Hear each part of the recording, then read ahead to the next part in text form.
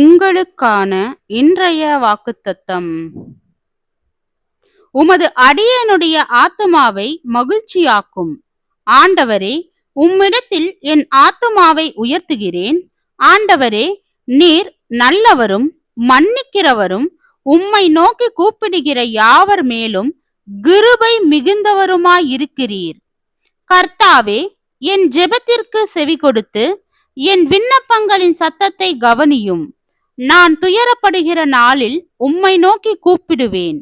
நீர் என்னை கேட்டருளுவீர்.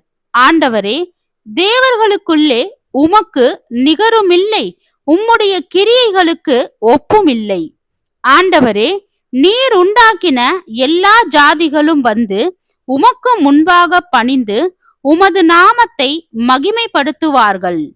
தேவரீர் மகத்துவம் உள்ளவரும் அதிசயங்களை செய்கிறவருமாயிருக்கிறீர். நீர் ஒருவரே தேவன். சங்கீதம் 86 வசனம் 4 முதல் 10 வரை.